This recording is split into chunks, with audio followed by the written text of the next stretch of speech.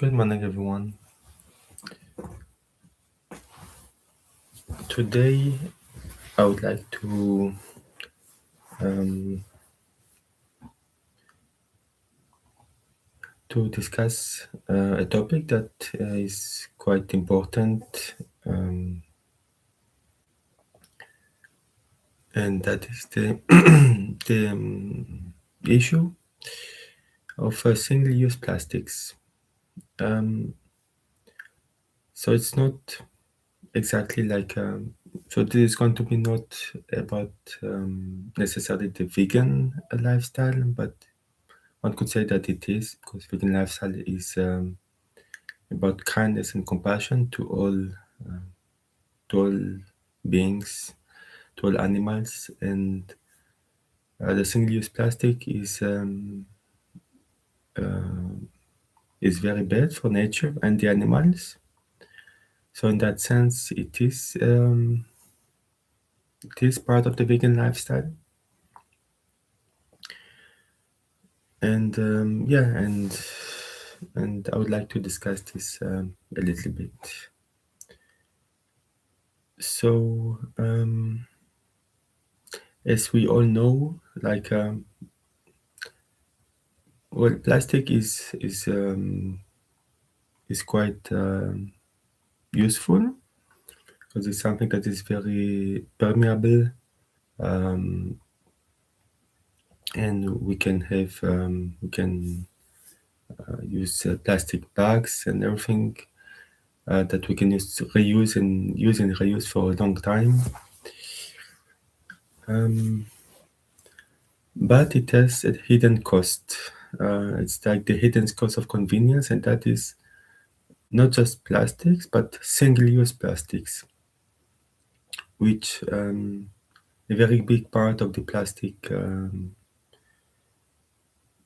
creation is made of. And that means we just use something for once, basically. And then we discard it, and that's it. So it can be many things like water bottles, straws, cutleries, food wrappers. So they are very convenient, but we use them just once, and then we throw them away, and then they stay there for centuries, and then they dissolve or disintegrate into very small microplastics, and that creates a lot of issues.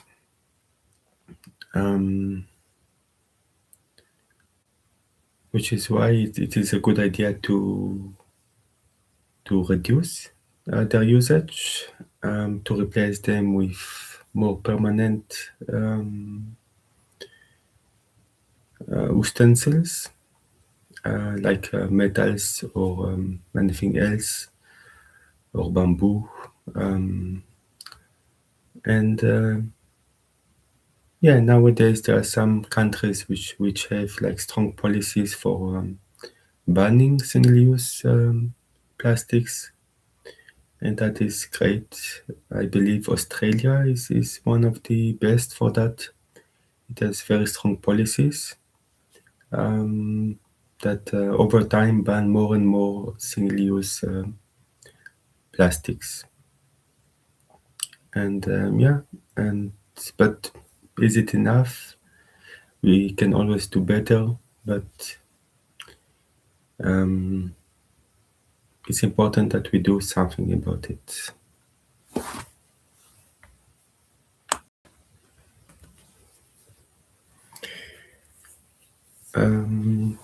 So yeah, we create a lot of plastic, like annually, like a staggering amount of plastics. And interestingly, like a very large percentage of it is single-use plastic. So nearly half of all the plastic produced is just designed to be thrown after just one use, which is kind of ridiculous. And this is not just something that is biodegradable. It is yeah, it is something that stays for centuries. So we just enjoy the product for just for eating the forks or the straws, and then they stay for centuries, if not more, into nature, plus becoming microplastics. And there is very little that is truly recycled. So it's not that everything is recycled. And there is this, like every time that we recycle, like the purity of it diminishes. So we cannot recycle it indefinitely also. So yes, and there are so many, I mean, so much of it goes to the oceans and creates issues for so much animals who ingest those plastic, maybe believing that it is food, and it ends up in their body, and that is not a good thing.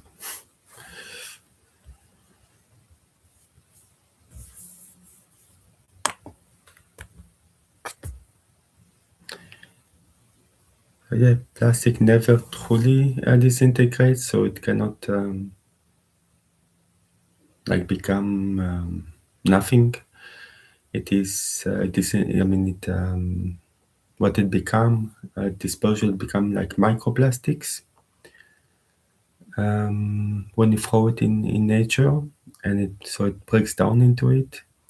And those are really like invisible, very small fragments of that persist indefinitely in our environment. And it has infiltrated like every corner of our planets. So it's quite alarming. So scientists have discovered microplastic in a bit everywhere in very unexpected places. So like in the deep oceans trenches, even in mountain peaks, in agricultural soil, in the air we breathe, and in inside our bodies. Um, so now, before that, it was like visible, very visible, but now it's like microplastic is very small, so we cannot even see it. And then it carries many issues like toxic chemicals that accumulate in the food that we eat, and then in our own organs.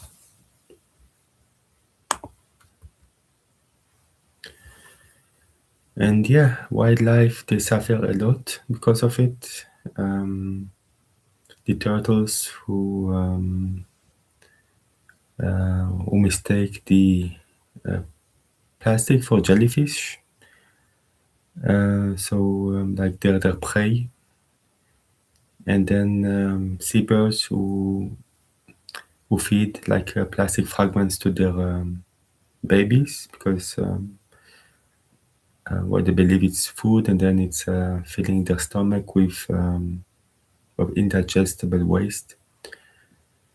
And so that's not nourishment, and that is, of course, that's not good for them. And then there is also the fishing net that are abundant. There are so many. I think most of the plastic in the ocean are from fishing nets, like discarded fishing nets, if I remember well. Um, and that is terrible. So that's also one reason to stop consuming what we call seafood, which is not really food, but that's how the term became. Because it's also creating a lot of plastic pollution. So that's also basically one aspect of the vegan lifestyle that this addresses. If you stop eating animals, people from the oceans, then there will not be any discarded um, fishing nets. So yeah, so animals become entangled in these nets, and then they have injuries, and sometimes they can't escape. So we really don't want that.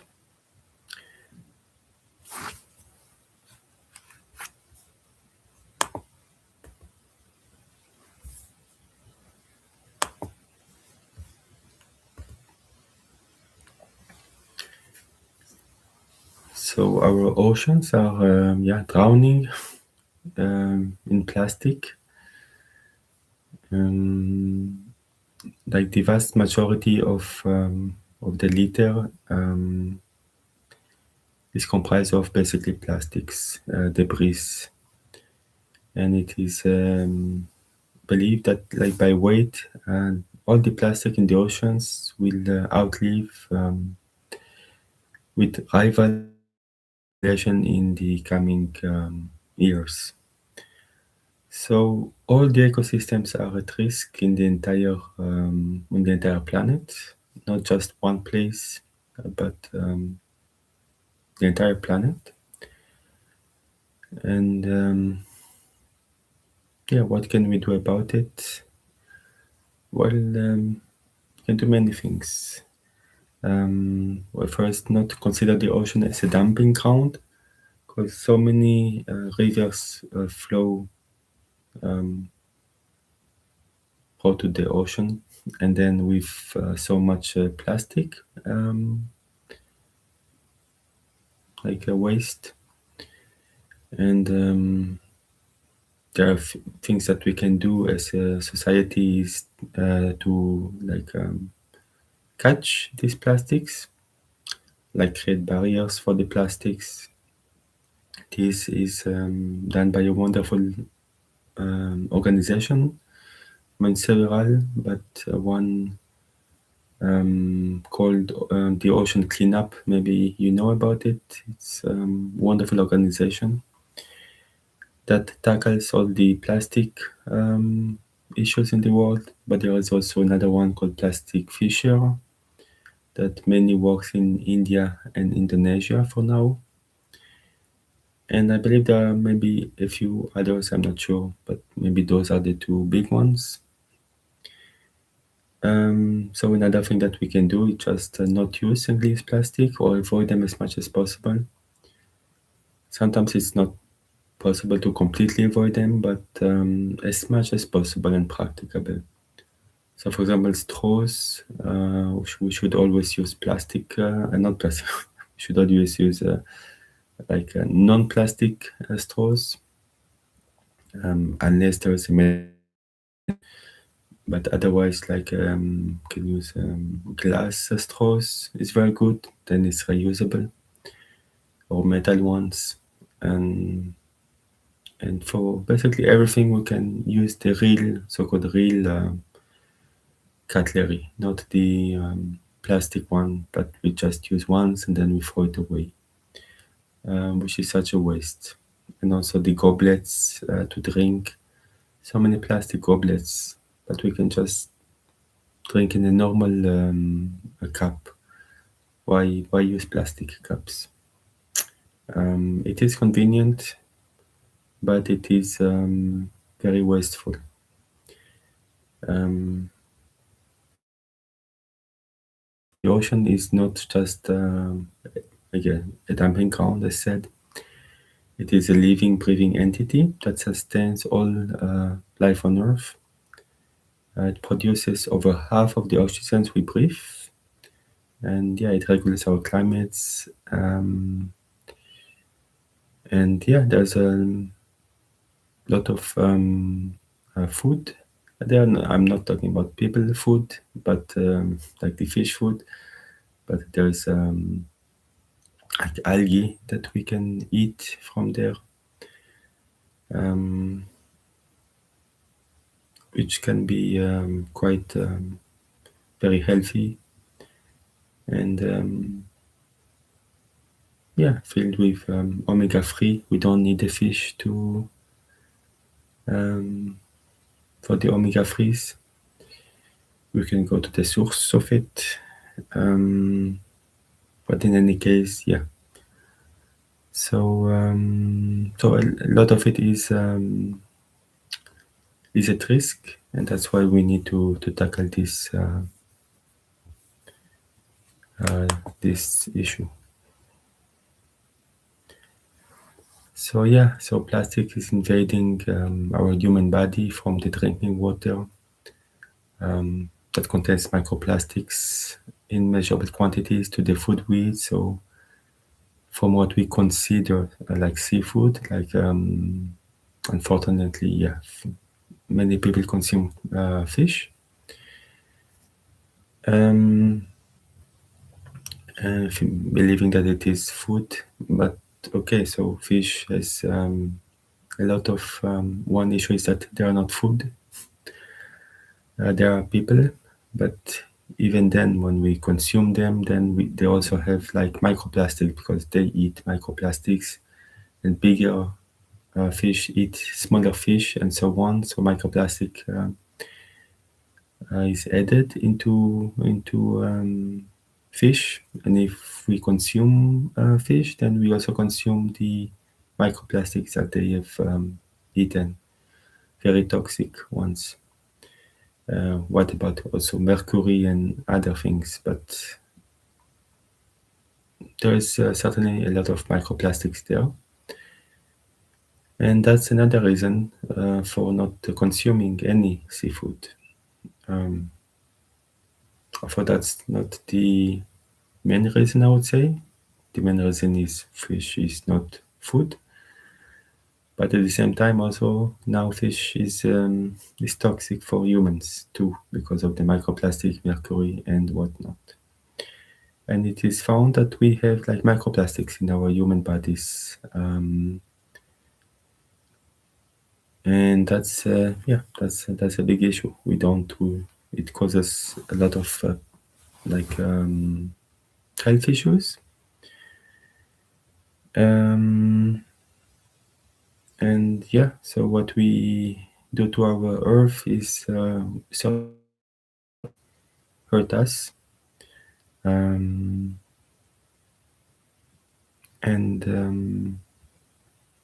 yeah, we try to somehow avoid that. And then there's also the hidden climate crisis, and that is there's a massive carbon footprint for producing this plastic, and because it is made out of fossil fuels, so primarily oil and gas, and then yeah, this creates a cascade effect on the climate, of course, for the extraction of those oil and gas, and it's quite bad because we need to extract it. So there is the drilling for oil and gas, and that releases a lot of methane and CO2. Yeah, there is the production of plastic, which is energy intensive with the transportation of plastics, and then we have the disposal, and also for the recycling. Also, the recycling also require energy. So yeah, so it's not just waste pollution; it's also climate pollution, and we need again to tackle it quite soon.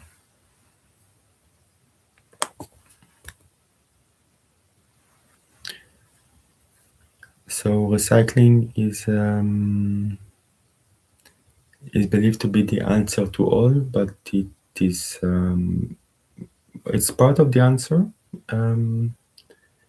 It's a good thing, of course. We should recycle as much as possible, but it's not that alone will not help us. It's not a magic cure, so to speak, for many reasons.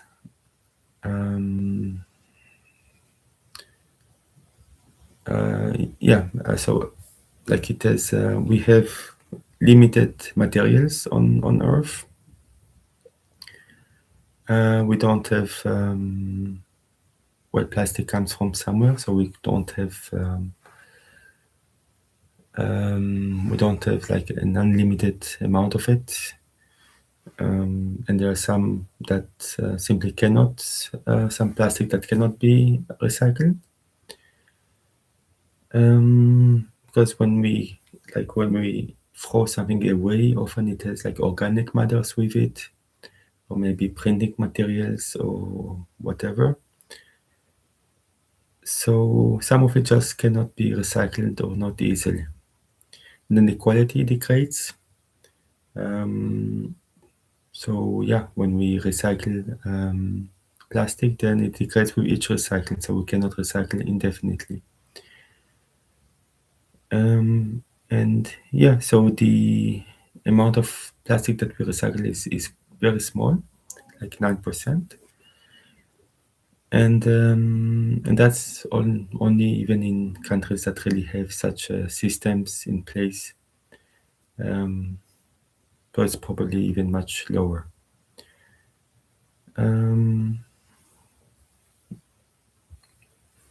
So yeah, we should reconsider another aspect, so another solution than recycling. It's just we need to reduce drastically.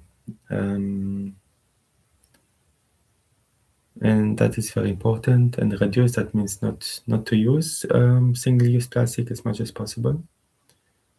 When you go to the supermarket, unfortunately, almost every product is in a plastic, but not all of them. Some are in glass. Glass may have other issues, but it is very recyclable. Some produce don't have any plastic, like the fresh produce, like vegetables, fruits. Even though, unfortunately, they put stickers on some of them, which I really do not like, but okay.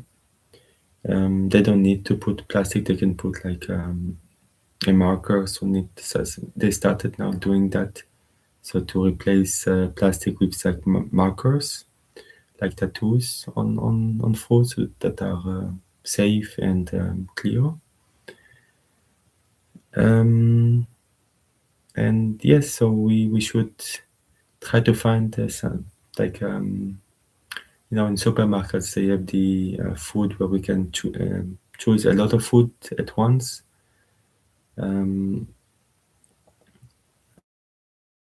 I don't know how you call it. You put in like not in plastic bags, in cotton bags. Then you can put as much as you wish by weight, and then you pay by weight, and that is a wonderful system, much more ecological. And then we should only buy from plastic what we really, really, really need. And try for the other ones as just to maybe like have them create them, so to speak, by ourselves. For example, if we love chips, maybe we can prepare potatoes in the oven or in the air fryer. And yes, or in the how do you call it, dehydrator. Then you can make wonderful chips without buying the plastics. And if we don't have a choice, we don't have a choice, but still try to minimize it as much as possible.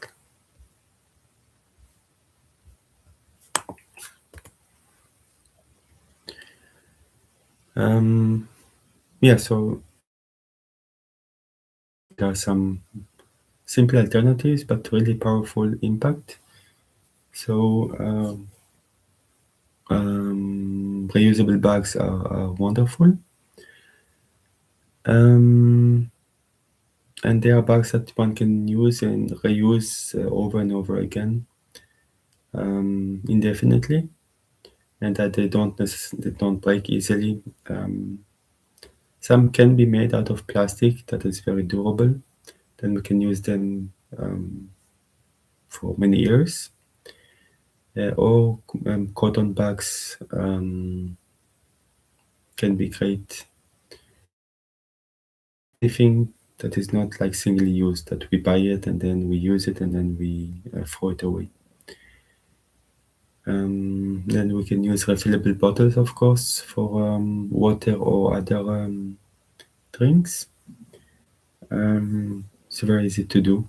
Just buy like a really good water bottle, and we eliminate so many countless of plastic bottles. That is such an unbelievable waste that so many people buy. Like they buy cases of bottles of water that is really not necessary. We can always buy a refillable bottle and just refill it with clean water or juice or smoothie, and then we eliminate a big part of this issue. Yeah, then we can also shop in bulk. So that's what I said before. When we can buy many things in bulk, like grains and nuts and spices, and we pay by weight, basically. And we can use like durable materials, like glass or bamboo or stainless steel, and cloth alternative that can last for many years instead of minutes or even seconds. Really require any sacrifice. It just changing a habit by another, by a good one. So reusing our products, and it's more much nicer to nature, and also for us much nicer because we have just one thing to take with us, and it's it's easier. It's more economics over time. We also don't need to buy a lot, just one good bottle, and we are good to go for many years, if not a lifetime. Many, if not many lifetimes, because maybe we can donate them to our children or to charity, and then it can be reused forever, basically. So that's wonderful. We don't need to start big. We can start small. Just think like every day what can we improve. If we don't use refillable bottles, then just buy one and use that for a couple of times. And then we try to use reusable bags, and then more durable material.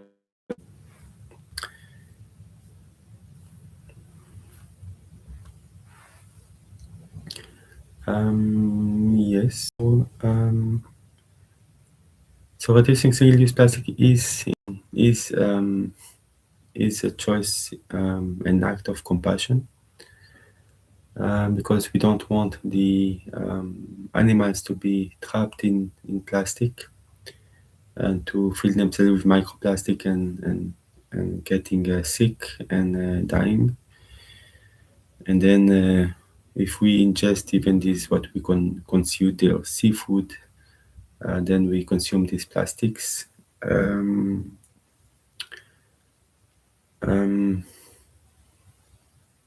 Yeah, so for all the animals' sake, we should stop consuming for ourselves. We should stop because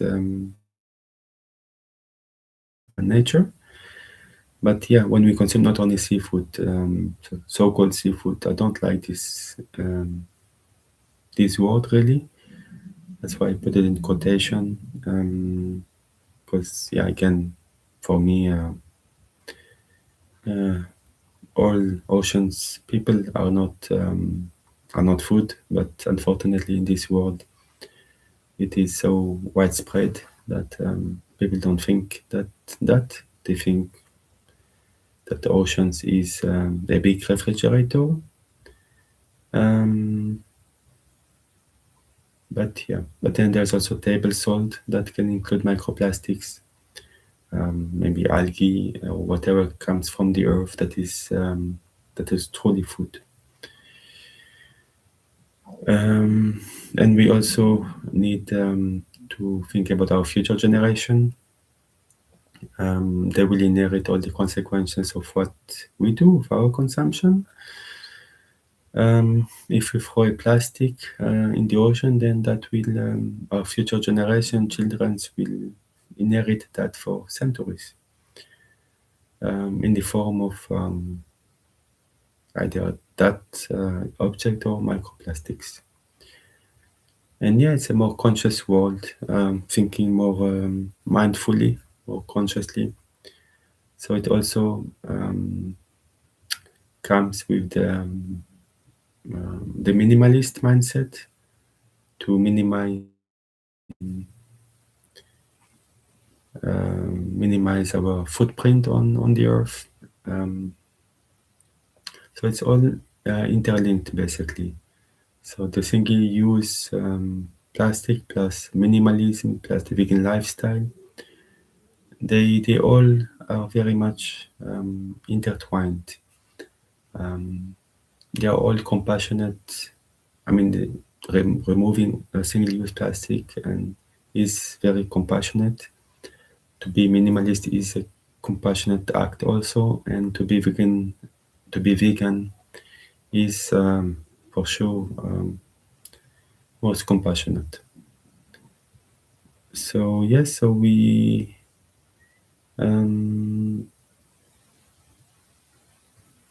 is yeah, like we can all make big differences in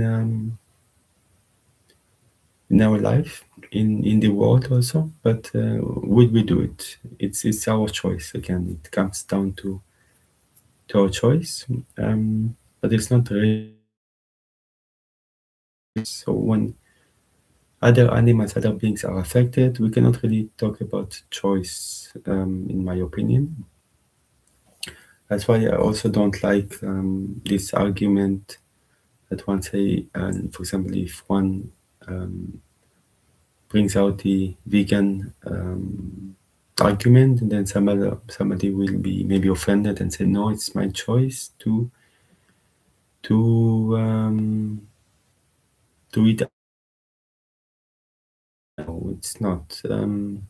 Choice is when it's like choosing between colors, green or blue for one's T-shirt. That's a choice. Choice is like choosing which musical instruments one wishes to study. But choice is not when beings are hurt. Then we don't. It's not a choice. That's why we have laws that protects people. Unfortunately, not much the animals, but the humans. For now, I believe it will change, but it hasn't yet much. So yeah, laws protect humans in most places on Earth very strongly, but they do not protect animals. I mean the other species. So there will be a big leap in compassion in this world when the law will encompass all beings, not only humans. So when killing an animal will be viewed the same as killing a human, only then will this world truly evolve, giving equal rights to species. That would be amazing, and it's not far-fetched because we don't need to eat animal products. It's just a habit, one could say, and social norms that we can easily change if we so choose. It's a choice. It comes back to choice, to willpower, to thinking kind and compassionately towards all living beings. It's like opening our hearts. And that also comes with the single-use plastic. It's also a choice for now in many countries where we can buy single-use plastic, but we should avoid it as much as possible. So it's also a choice, but sometimes if you think about the future, about the animals, about the oceans, then it's no longer really a choice. And many things, because this Earth has limited capacities, we want to minimize as much as possible our footprint, and the minimalist lifestyle is one of the best way to do that. We only buy what we really need and want, and not more, and not less. I mean, it's an intentional living, one could say. All three of them, like avoiding single-use plastic, the vegan lifestyle, and minimalism. It's all about intentional living, and the vegan lifestyle is the compassionate and kind living, one could say. But all three of them are related. Um,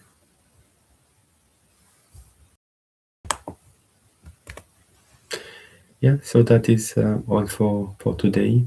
I hope you got something out of this presentation, and it was interesting.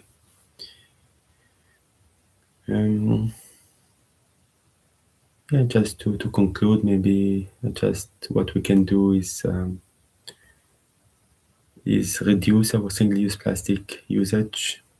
We can also support the organizations that tackle plastics worldwide in a big way, like the Ocean Cleanup or Plastic Fisher. So they do a lot. They create barriers in the rivers that are the most polluted in the world, and then they so that all the plastic will not go to the oceans. And yeah, they also clean up the oceans, like the big it's called like big like places on Earth in the oceans that accumulate a lot of plastics. Then they try to clean it up as much as possible. They cannot do it alone, so it's good to support them. And but what we can do also is avoid that the plastic will reach the river in the first place. So that's why we need to really focus on both avoiding plastic, single-use plastic especially, and recycling. Be very careful about recycling. All the plastic that can be recycled should be in the blue bag for recycling, or whatever color is in your country.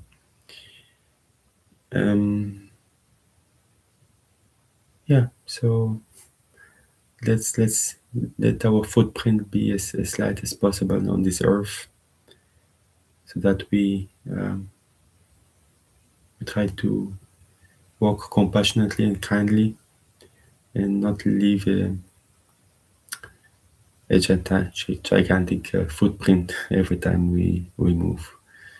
And it's easy. Every one of us can do it. We can live in this world completely with a very light, and it's all up to us. It's really all a choice. The choice of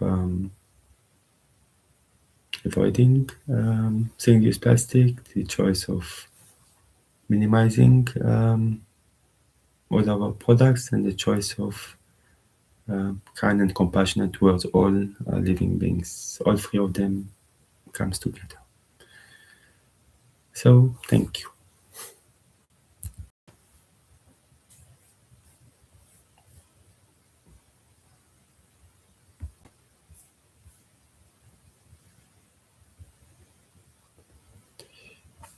So now we will move to our daily practice.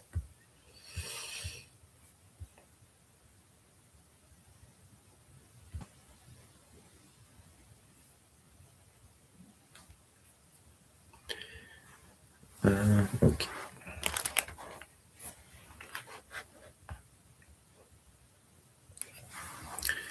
So, hello, good morning. So we will do the similar practice that we did in the past few days, which is a very systematic way of practicing. It's quite I would say a good way. It's important to be systematic in our practice, to have like so-called rituals. This helps us to do things more efficiently and to know what we should do. There are different ways of doing it. One, for some, you can just sit down and start to meditate all at once, but it will not necessarily be very productive.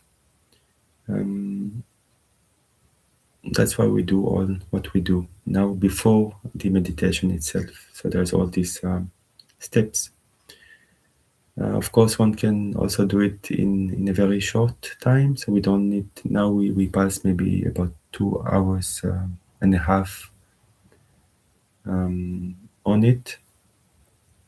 But in reality, we can all condense it in just maybe 20 minutes, 30 minutes.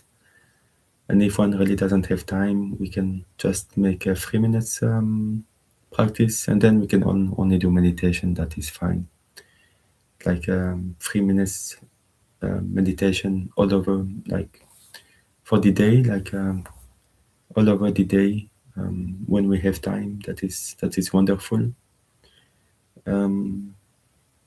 And again, I would recommend 2 times 20 minutes for most people. Like 1 times 20 minutes in the morning, 1 times 20 minutes in the evening. If one can make it a daily habit, that is wonderful. Maybe wake up a bit earlier than usual. Maybe just 20 minutes. Wake up before one usually wake up, and then one can do practice before one's family wakes up. So it's very calm time in the morning usually. It's a good time for reflection. It is very auspicious for meditation. That's why in yoga there's this concept of Brahma Muhurta, which probably most yogis they practice in the morning, very early in the morning. Different lineages may practice it at slightly different times. Some may start at 3 o'clock, some may start at 4 o'clock, maybe some start at 5 o'clock, and then some meditate for 1 hour, 2 hours, or 3 hours.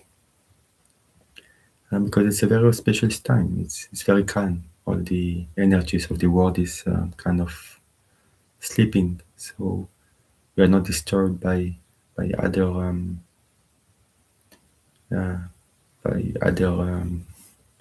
disturbances, like the usual disturbances of life. So we can really practice things. We can do meditation is probably one of the best thing to do. But some do physical asanas, very hard asanas in the morning. They have their rituals. Or some even do something completely different, like maybe writing a book, painting, or anything else, or working out in sports. And then they become very strong because they practice every day, and sometimes during the night it's good. Of course, one still needs to sleep very soundly. Sleep is important and very good. So one just goes to sleep a bit earlier, and then one can wake up early. So again, believe that we should sleep between 7 and 9 hours. And yes, imagine if we go to sleep at 10, then 7 hours later, that would be 5 o'clock. So that's early. So let's start. So first thing that is a good idea is to do a short prayer. Again, we will do the one that we did in the previous life, in the previous sessions. So just for today, I will not worry. Just for today, I will not be angry. Just for today, I will do my work honestly. Just for today, I will show gratitude for my many blessings. Just for today, I will be kind to all living beings. May today be a joyful, peaceful, blissful, and magical day. Loka samasta sukhino bhavantu. May all the beings in all the worlds be happy and free. And may our thoughts, words, and deeds contribute in some way to that happiness and freedom for all. Om Shanti Shanti Shanti. Om peace to all of nature, peace to all living beings, to all humans, to all the animals, to all species. And finally, peace to ourselves, to our own mind.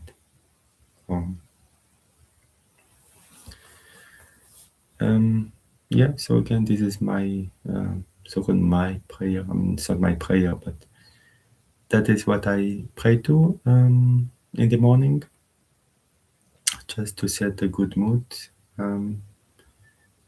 You can use it or adapt it or anything else that speaks to you. You can also make like a spontaneous prayer where you don't say anything that is pre-made, but you yourself makes up every day. That may be the best. But both have their values. One is pre-made. If it speaks to us and it's positive, then that's good. And the one that improvised, then it's more from the heart. Whatever we want to speak, to pray for today, then that would be so. So now, after our prayer, then we will do the gratefulness practice. Just pass a couple of minutes to be grateful for everything that we wish to be grateful for. To have a beautiful human body is a wonderful gift. It's very rare to receive such a gift, so we should honor it. Like our parents that raised us for many years and helped us in all ways. And then our family members, then clothes, food, shelter, all the usual stuff, and teachers, of course, very important to be grateful for.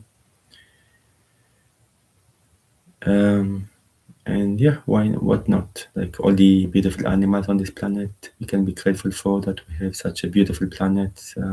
All of nature is amazing. So it's also a gift to all beings on this earth. We share this planet with so many beings.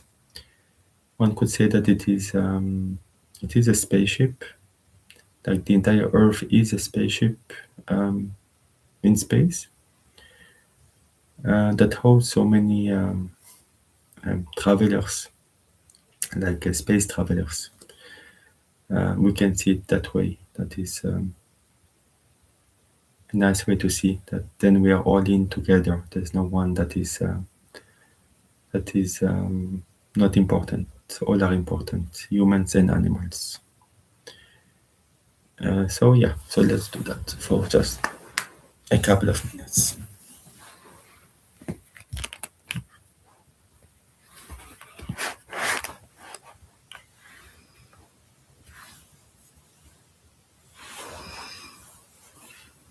I will ring the bell at the end of it.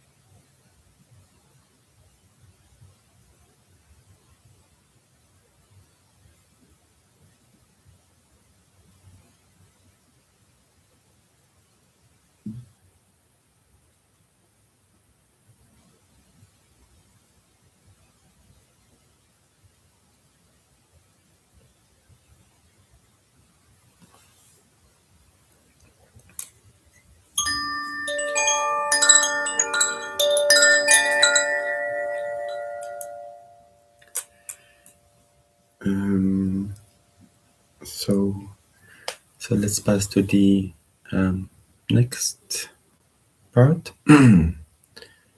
So after the physical exercise, after the prayer, now we do some physical exercise. So in order to unstack our joints, our limbs. So if you wish, you can do a little bit of more hard. But for now, we will do just very simple ones, but it's quite important to do so that we can either in the future like sit in meditation more comfortable. So we do very simple one like every day basically. Just we'll start with Sophie rolls. So just inhale forward and exhale back and round the spine. So inhale, the chest come forward, inhale and then exhale back.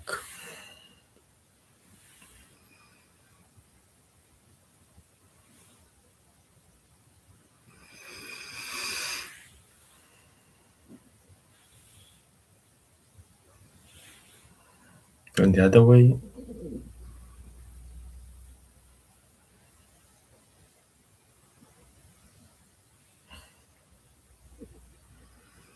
Then come back to center.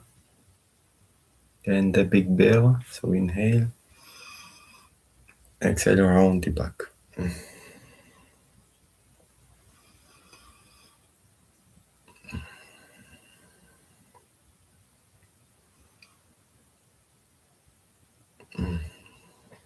Come back to center. Inhale. Now turn to one side. Inhale, extend the spine.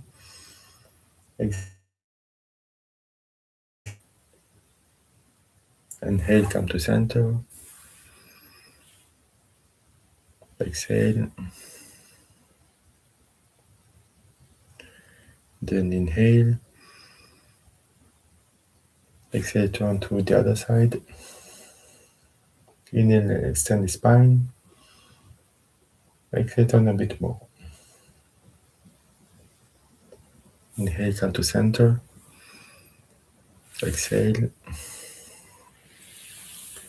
Then inhale, one hands up, arm up, and then turn to one side. Stay here for a couple of breaths.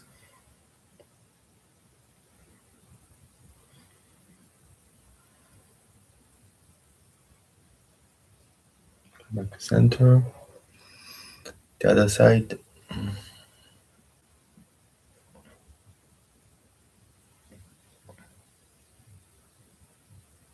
Come back to center.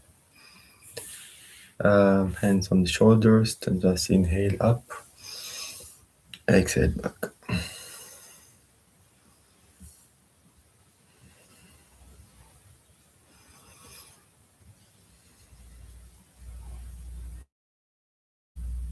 The other way.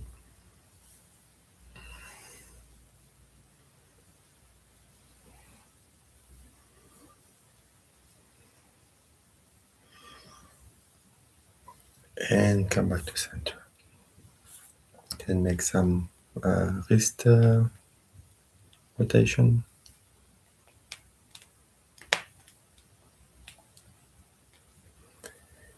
And then extend the legs and just stretch them.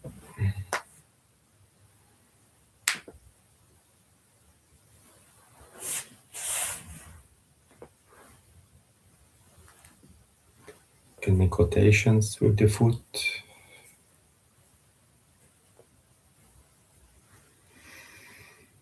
Come back to center. Then you can bring both legs a bit apart. Then just go down from one side to the other.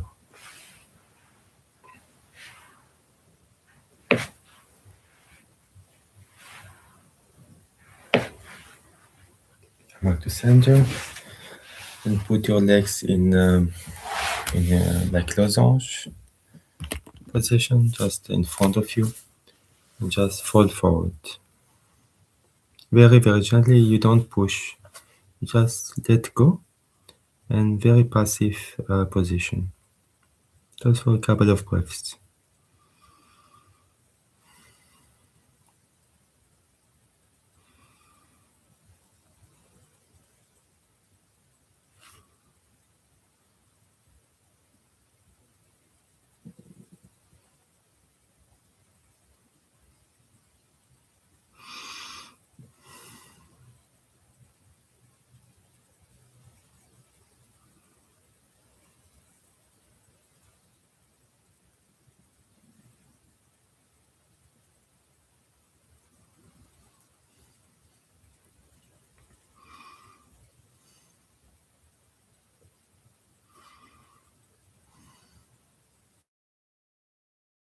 And slowly come back.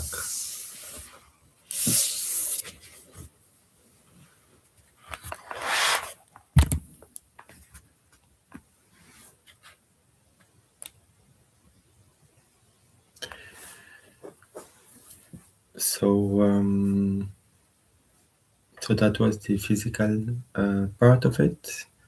It's very, as you say, very easy. Just 5 minutes of stretching. And yeah, for many people that would be enough. Some prefer to do some more physical, like sweating kind of exercises, and that is fine. But again, I would not recommend doing that for the old practice. It's just part of, if one wishes to do like the meditation practice, then the asanas is just one part of it, but a small one. It's not like 1 or 2 hours of hardcore practice. Just 5-10 minutes is can be enough. But of course, everyone is free to do as one wish and what one feels best for oneself. So yeah, we know better. So now after that, after the physical exercise, what do? We do what we usually want to do. We just usually want to just lie down and do nothing. Basically, just relax like in Shavasana. Um, and so what we do in these sessions is the 31 points of relaxation that is very well known in the Himalayan tradition. Um, just focusing on 31 points, but we should really focus on them as much as possible. So not just focus and then our mind wanders. Really, if the mind wanders, then we bring it back to um, those points. So that helps to concentrate, and one of the goal is to concentrate on those points. So not just careless practice, but really fully mindful. And it's more than relaxation. Actually, it's really like this technique is a pranayama technique because we use our mind to do it. We do not follow the breath, so there's no breath following. It's not like we breathe in and out and then we focus on one, then the next, if in and out, etc. No, we don't disassociate the breath from this practice. The breath can be left alone. We just need to concentrate. So let's do that. So like in the previous days, we will do one time together and then one time by your own. So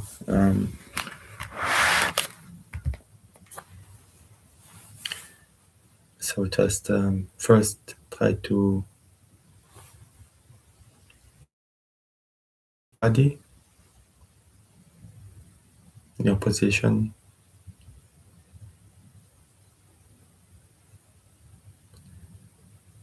Take a couple of deep breaths.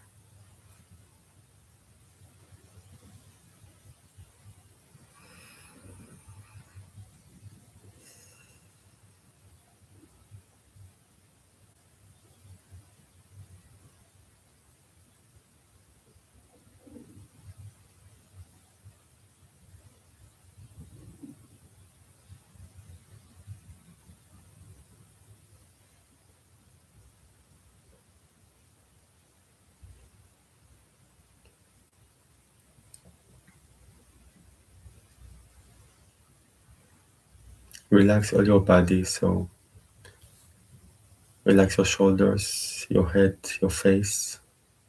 Relax your forehead. Relax your navel, your legs and your arms. Relax your neck.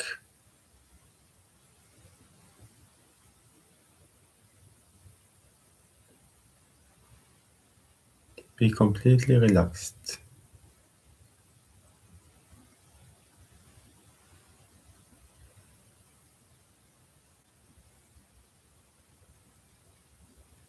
And now we start the practice.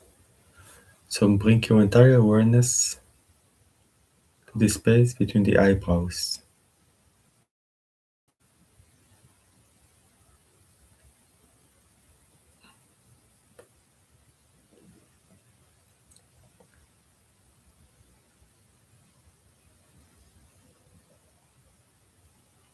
To the pit of the throat. The right shoulder. Right elbow. Right wrist.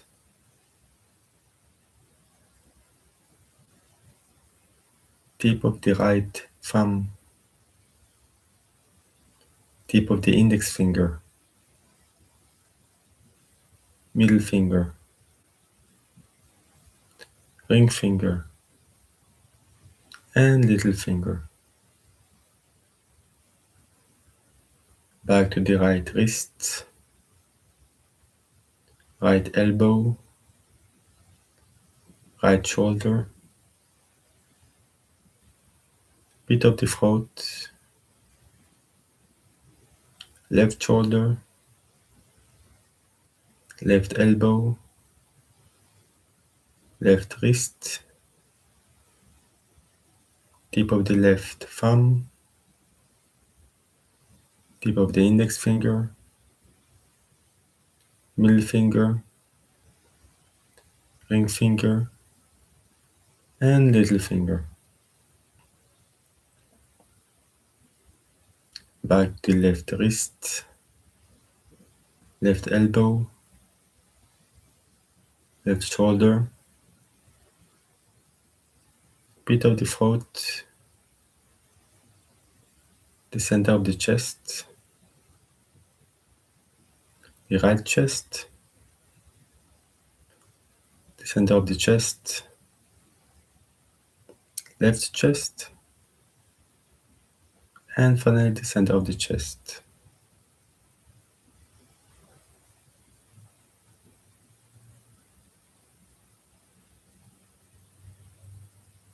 And relax.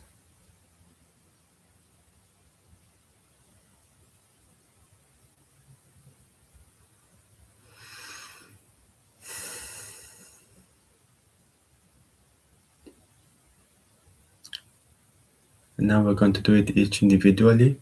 So do the same thing by yourself.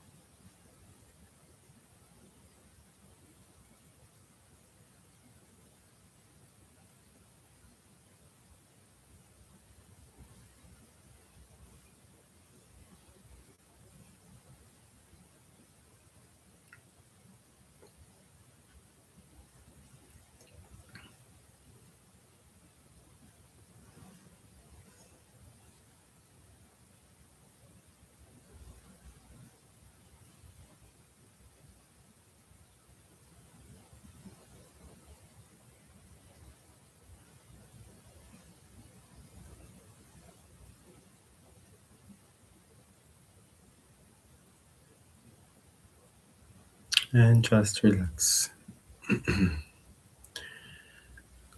So, okay, so after relaxation, we usually do pranayama. We will do similarly to the previous days. Um, so first, a little bit of just the controlled breaths, then Adishodanam, and then Brahmari. So in the controlled breath, we're just going to do inhale for X seconds, exhale for X seconds, and we're going to do 4 seconds in, 4 seconds out. If that is too much, please do less, so like 3 seconds in, 3 seconds out, or even 2 seconds in and out. It's according to your own capacity. What is important is that the breath is smooth, silent, diaphragmatic, and without pauses or minimal pauses, like at the top and the bottom of inhalation and exhalation. Yeah, so that's it. So let's do that for a couple of minutes. Just breathe in 4 seconds, breathe out 4 seconds, and from the nose, not from the mouth.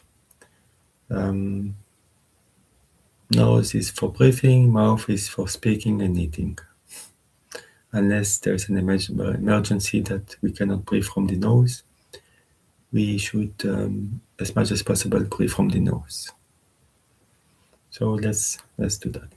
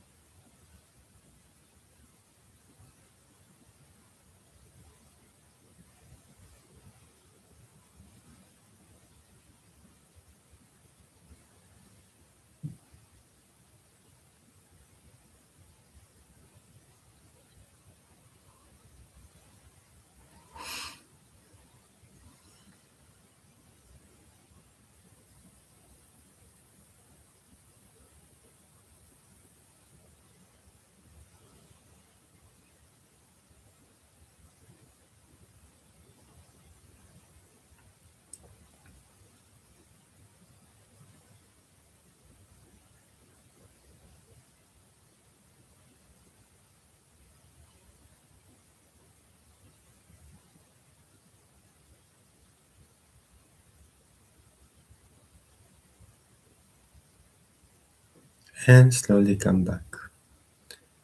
So we continue with x seconds in to x seconds out. So we're going to do 3 seconds in and 6 seconds out. Again, if that's too much for you, just go to 2 seconds in, 4 seconds out, or even 1 second in, 2 seconds out. Depends on your capacity. Some have hard time with long breaths like that, but I think that's 3 seconds in and 6 seconds out should be fine for most people, and it's very calming. So let's do that for a couple of minutes.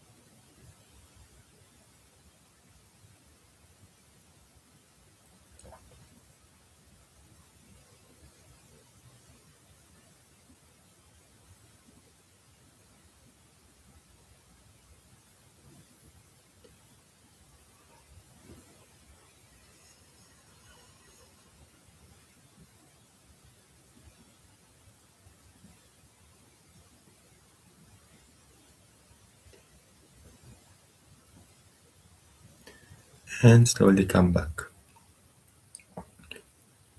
So now, before we continue, let's take a 5 minutes break.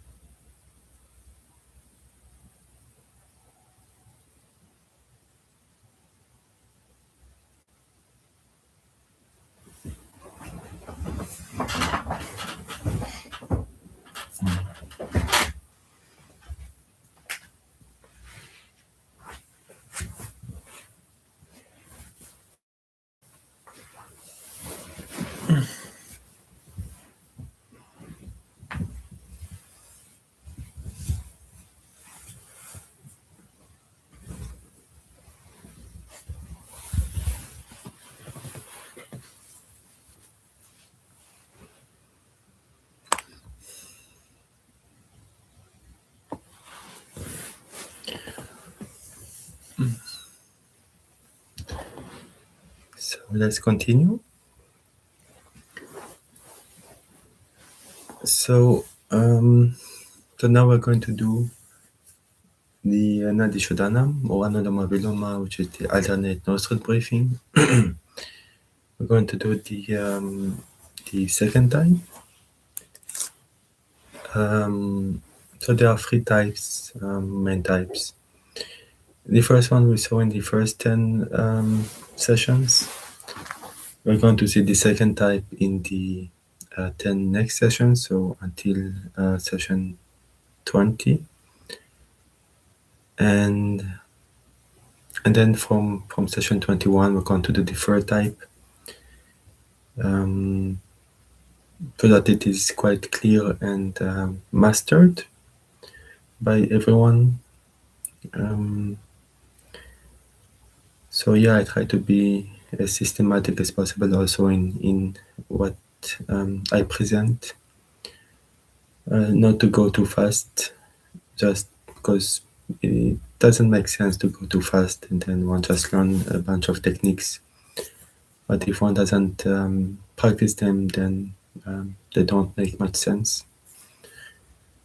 So we need to learn it step by step, and then each one we study for some time, and need to be done like every day, just to get used to it. So we're going to do again the alternate nostril breathing, second type, which is very easy. So again, alternate nostril breathing is when we breathe out from each nostril in a certain pattern. We use the Vishnu Mudra, where we bend the index and the middle finger, and we use the thumb and ring finger to block the nostrils. So the second type is basically, so imagine we block the right nostril, then we breathe out from the left. So exhale, inhale from left, switch, exhale, inhale, switch, exhale, inhale, switch, exhale, inhale, switch, exhale, inhale, switch, exhale, inhale. So in total, it's 6 inhalation, 6 exhalation. And yeah, that is one round. Second round, and when we do the same, but we start from the other nostril. And the third round, when we start again from the first nostril. So that is the basic pattern. And we always start with the exhalation and we end with the inhalation. So we'll do one round together, and then we'll do each one of us 3 rounds individually. So let's do that. So bring your hands in Vishnu Mudra. Just yeah, and then let's start. So inhale, exhale, inhale to start. Block right, exhale from left. Inhale from left. Switch, exhale. Inhale. Switch, exhale. Inhale. Switch, exhale. Inhale. Switch, exhale. Inhale. Switch, exhale. Inhale. And relax. And notice that in this practice that we do now, we don't do like X seconds in and 2X seconds out.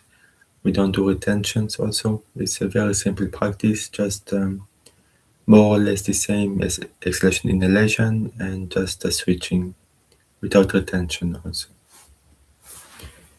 Um, yeah, so let's do that for 3 rounds on your own, 3 times. So 1 round starting from one nostril, doing the same thing, and then second round starting from the other one, and third one starting again from the first one. So let's do that. And between each round, take a 10-15 minutes break.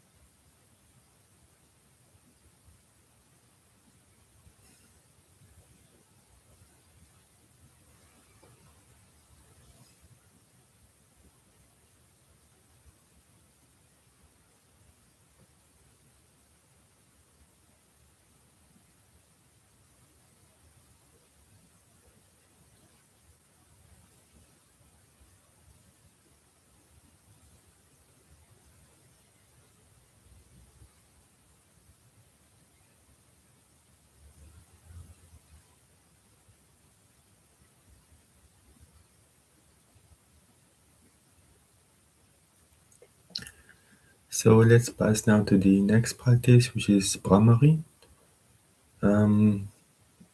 Extremely simple practice. Just inhale from the nose, and then produce the sound from with the mouth closed. So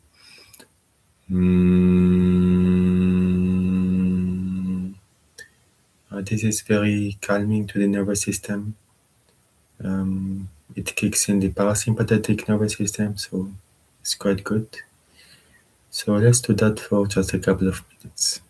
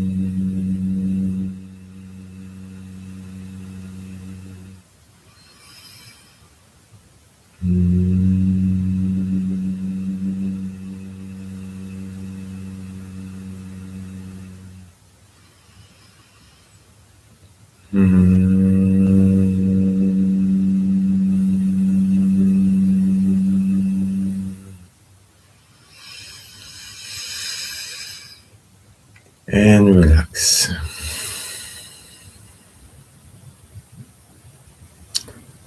Just feel the calmness and peacefulness that the practice brings. Maybe tingling in the body.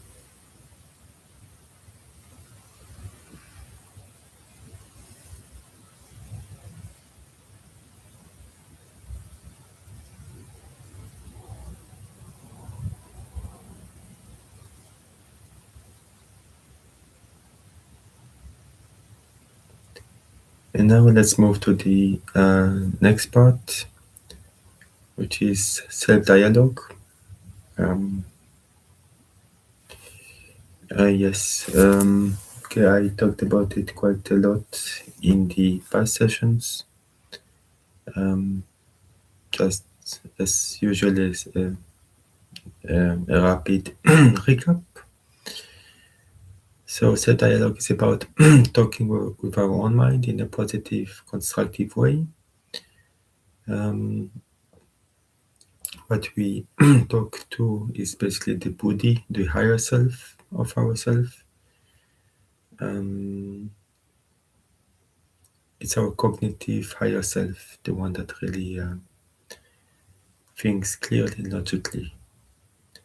So we talk with that entity, and one can ask ourselves, who are we talking to? It's a valid question. But here we are all used to it. We all do it all the time. We talk with ourselves. We convince ourselves, etc. So it's the same thing, except here it's in a constructive and mindful way and very systematic. So there are different types of dialogue that we can have. The major ones are like the prayer. That's a self-dialogue as well.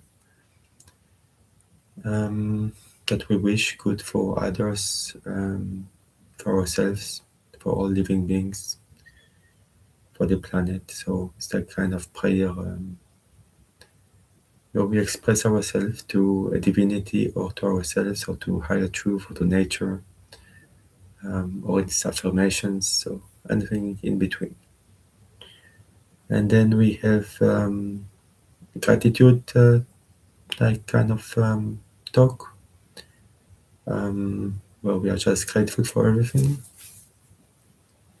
and that we did what we do always after the prayer.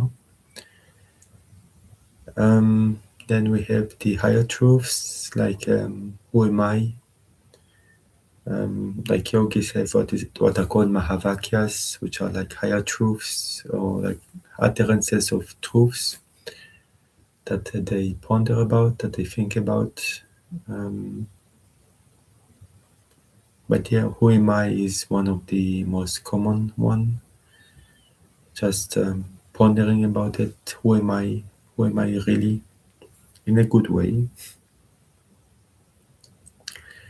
Always in a good, positive way. Never in a negative or dark way. It's always positive. It's a curiosity. Who am I? It's like a curious question to ask, maybe. But we are so used to being this person, like with a name, profession, hobbies, styles, habits. But really, who are we deeply? I mean, if we like strip all those ideas or concepts, who are we? It's a beautiful question. It's one of the main questions that spirituality tries to answer, and that can lead one on the mystical path. And it's very profound. It's not just it's not a simple question to answer, but one needs to experience it by oneself. No matter how much one will tell us who we are, we will not be satisfied. We need to experience it and understand it ourselves. That basically we are awareness. We are an unbelievable awareness energy that is very kind and compassionate in our heart, in the soul's heart, so-called soul. If one believes in soul, we are something extraordinary, something beyond the imagination, literally. Something so out of this world beautiful that one cannot but be in awe before it. But to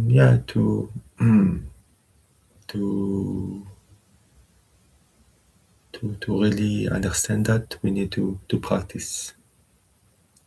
And meditation is one of the best way to answer that question, coupled with self-dialogue, correct self-dialogue, coupled with virtues. Virtues is a non-negotiable aspect of spirituality. And then we need to develop wisdom.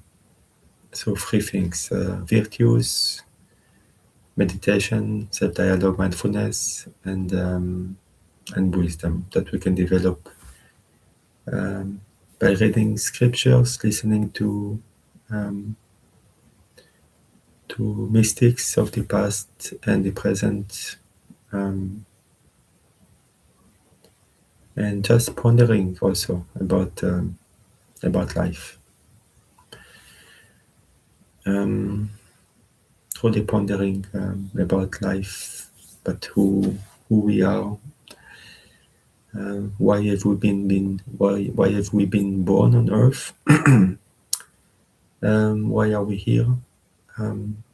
It's a wonderful question. It's not depressing or anything like that. It's a beautiful question to ask.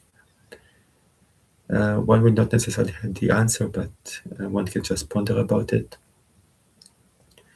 One can find purpose. We all have purpose in life. We are all extremely important to this world. there's no one of us that is not important, that is not true. All of us are extremely important, extremely beautiful souls that has a beautiful purpose on earth. Yeah, maybe just bring kindness and compassion to this world is beautiful.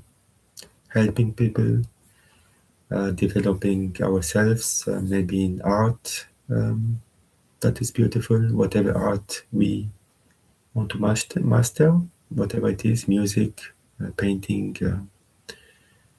writing books, or even logic games, anything. All the hobbies, they also help us to develop. So yes, we are beautiful beings, beautiful angels, but we need to remove maybe a little bit the veils so that we can see it. Sometimes we get so caught up in this world that we forget to look after ourselves.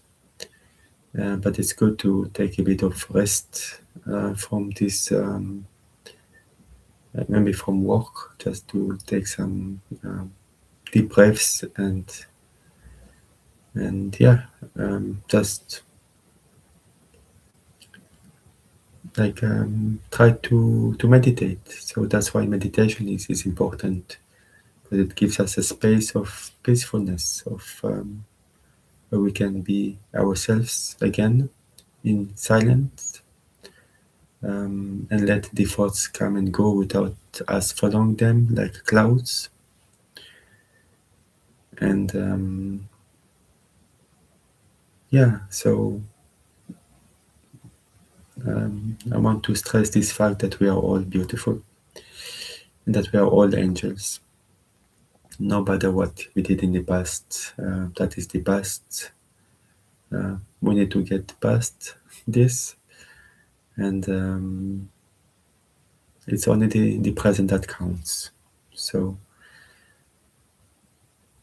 what can we do in the present to improve ourselves, to improve the world, to help all beings, to really be happy in life and make other people happy? It's always possible. We can always do that, no matter what the past was. We can always bring happiness back in our life if that was somewhat forgotten because of issues. So yeah, so let's be happy. It's best. So yeah, so that was like the spiritual side. Who am I? Then the other aspect is more about self-counseling. So it's like counseling ourselves in a positive way. And a good question to ask is what do I want? What do I want in life in general? If we have clarity in that, it's extremely helpful. Then our life will be more directed towards what we really want. We can put our energy in that direction. And we can continue to work in our usual day work, but then we can also do something maybe that matters maybe more to us. So it's always possible to really do what we want in any way possible, be it hobby or helping people in any way, like finding purpose in life. We all have a purpose again. I want to stress that out. But sometimes our thoughts can be a bit dark, and then it's not always easy. but we need to go positive, to be positive. And if we have like thoughts which are not positive, then we can have many things to do. So we can also seek for assistance from wonderful people. And we can also see the thoughts as thoughts, just as thoughts. So it's like, as the Buddha says, it's like meditation on the thoughts, but not really focusing on the thoughts, it's just seeing the thoughts as thoughts. So whatever thoughts come, they are like clouds.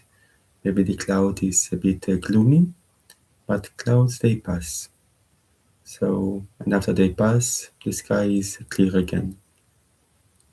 If you don't give attention to the clouds, then they will pass, for sure. So let's increase our percentages of happiness.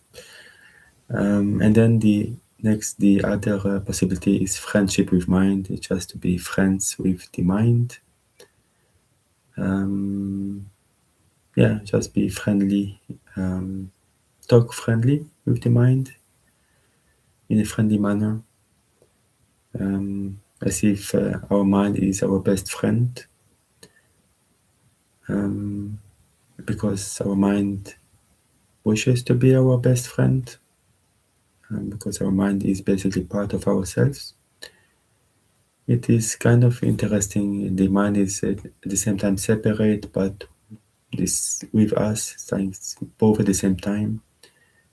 The mind and the soul are not the same, but the soul uses the mind. It's like an instrument.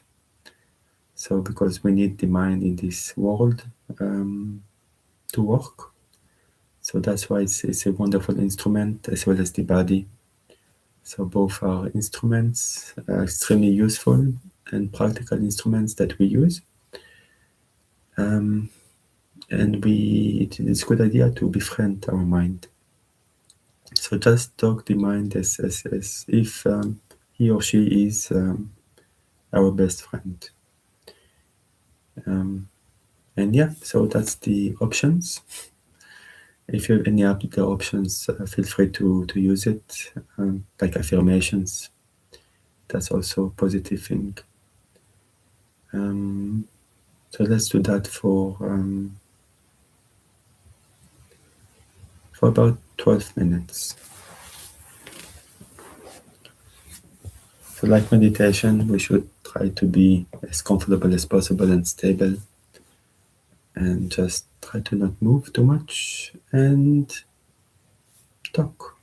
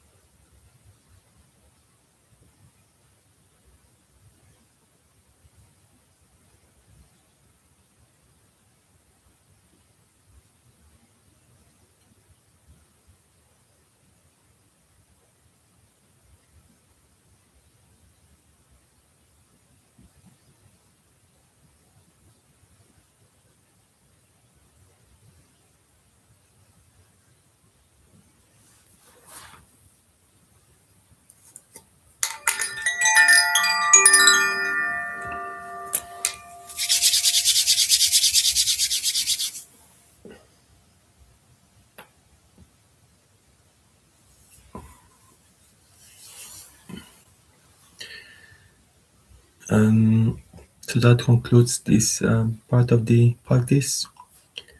Let's take 5 minutes break and then we do our final um, meditations.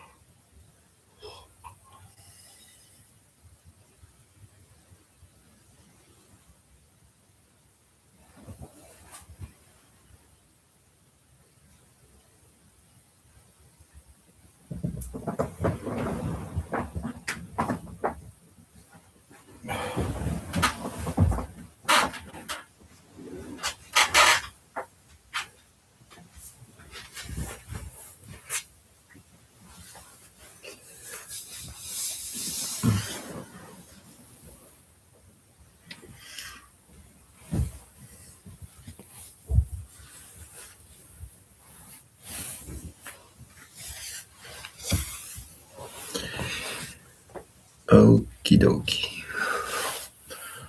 So,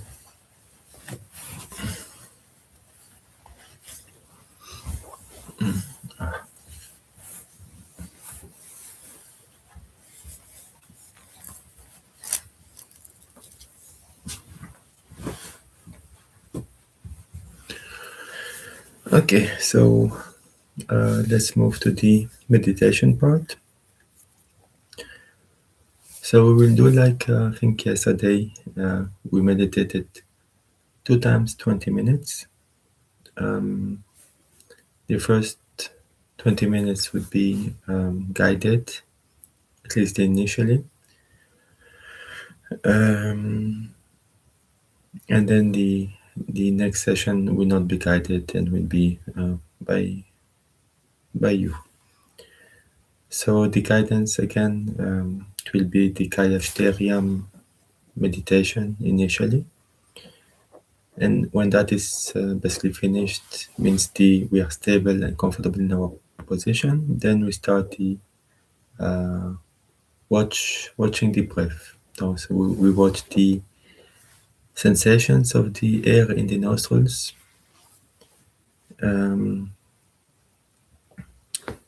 either that or the sensation of the air on the upper lip, or sensation of the cold and hot air coming out of the nose.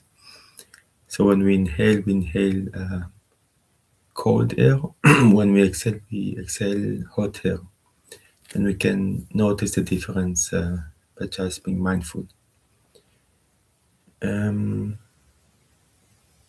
Yeah, and then of course thoughts will come, and what we do, we just as much as possible we try to let them be and not follow them. So like clouds, we just watch them, but we do not try to grab them.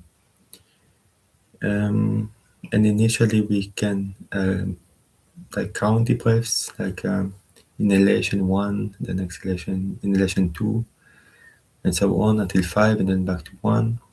We can also do the in-out. So when we inhale in, we think in, and then when we exhale out, that is very calming to the mind.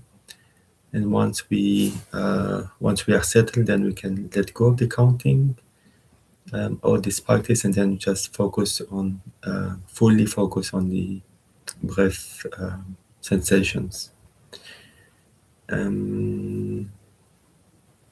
Yeah, that is basically it. When we have thoughts, we can also thinking, so we can have this word in our mind, so that it's like we acknowledge the thoughts, and then we go back to our object of concentration. That is very helpful to break patterns, to break, so if there are thoughts that comes over and over, then we can think something like thinking, and then it's like acknowledging them that they exist, but then we let go of them and we go back to our meditation with mindfulness. So yeah, so let's do that. So we'll do it for about 20 minutes and see how it goes. If it's too much for you, you can just stop. I mean, just try to let at least do the Kayashteriam with me, with the guided one. Then meditate maybe for 5-10 minutes until you don't feel like it, and then you can leave. But try to do it fully if possible. So let's try. Let's start. Find again a comfortable and stable position. Adjust whatever you need to adjust.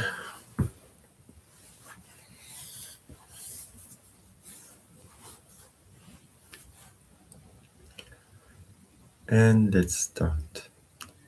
Just close your eyes.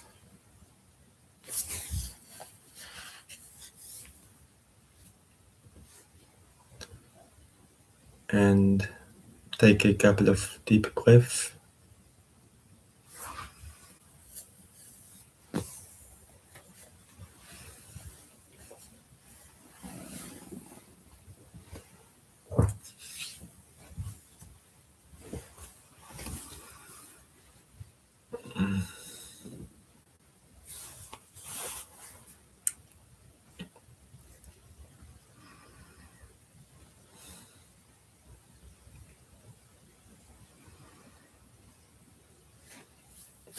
Relax your body as much as possible. You can do a very rapid body scan on your own. So any place that is stressed or tensed, just tell it gently, kindly to relax. Usually it's the shoulders, the eyes, face, navel, hips. Just relax.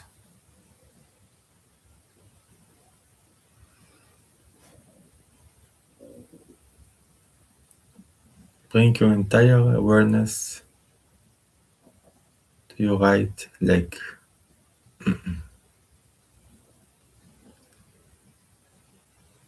Relax your right foot. Feel it completely relaxed.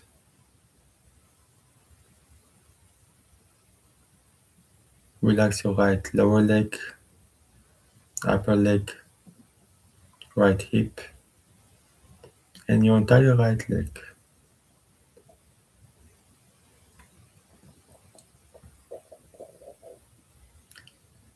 Relax your left leg, left foot, left lower leg, upper leg, left hip. Your entire left leg is relaxed. Relax both legs together.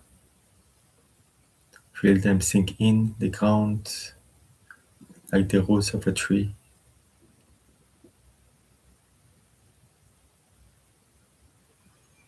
Relax your navel, abdomen, your back,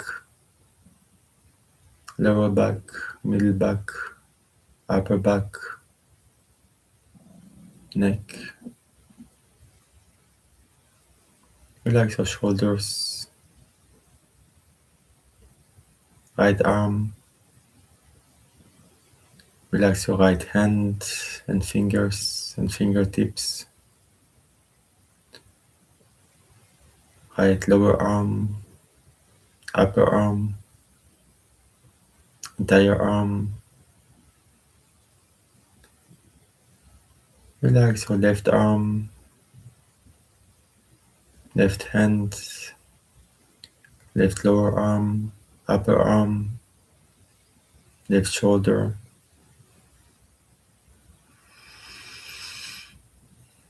Relax your entire left arm.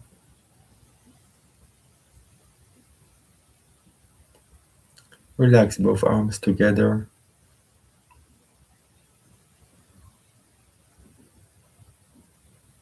Relax your neck, back of the head, top of the head, forehead, eyebrows, ears, eyes, temples. Relax your nose and nostrils, your jaw, lips and tongue. Relax your chin and throat.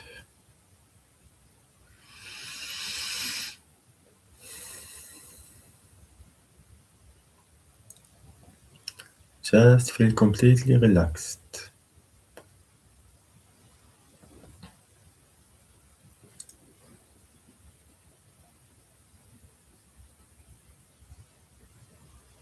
Imagine you're like a tree. Branches going down, trunk is the back, branches are the hands and arms.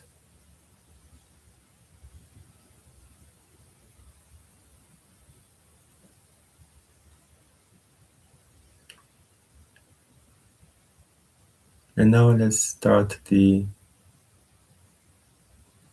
breath awareness meditation. We let go of any control of the breath. There is no control whatsoever.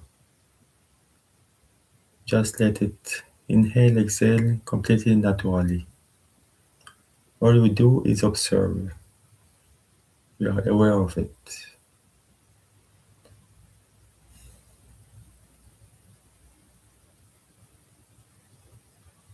Then do some counting. Every time you inhale, think 1, then second time 2, 3, 4, 5, and then back to 1. And once it's over, just go back to the sensations of the air in the nostrils, or the cold and hot air, or the sensations of the air on the upper lips.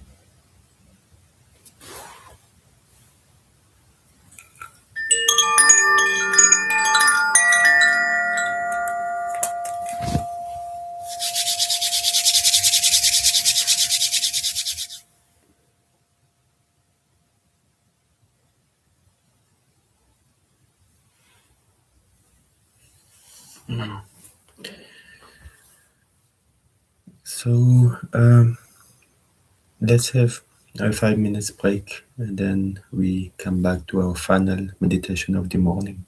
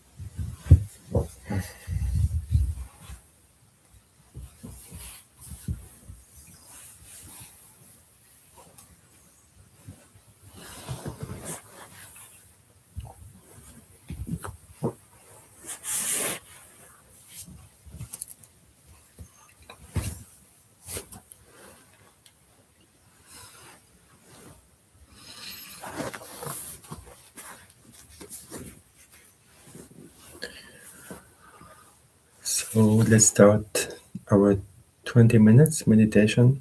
Um, so I'm not going to guide in any way. So try to follow the way that we saw just earlier. First, Kayashteriam. Try to do a rapid body scan of from foot to head so that one feels more stable and comfortable and one can remain in a position for a relatively long time without having to move. So first, it's a good idea to try to feel comfortable and adjust your clothes and uh, anything that you need to do. And once it's done, then just try to remain stable. So yeah, so let's start now.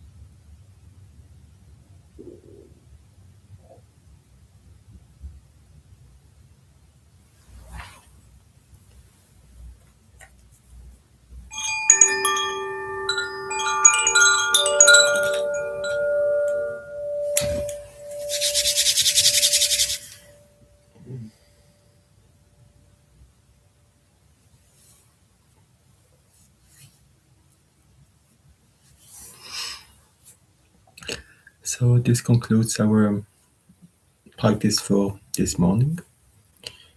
So to recap, we started with a short presentation about plastic, especially single-use plastic,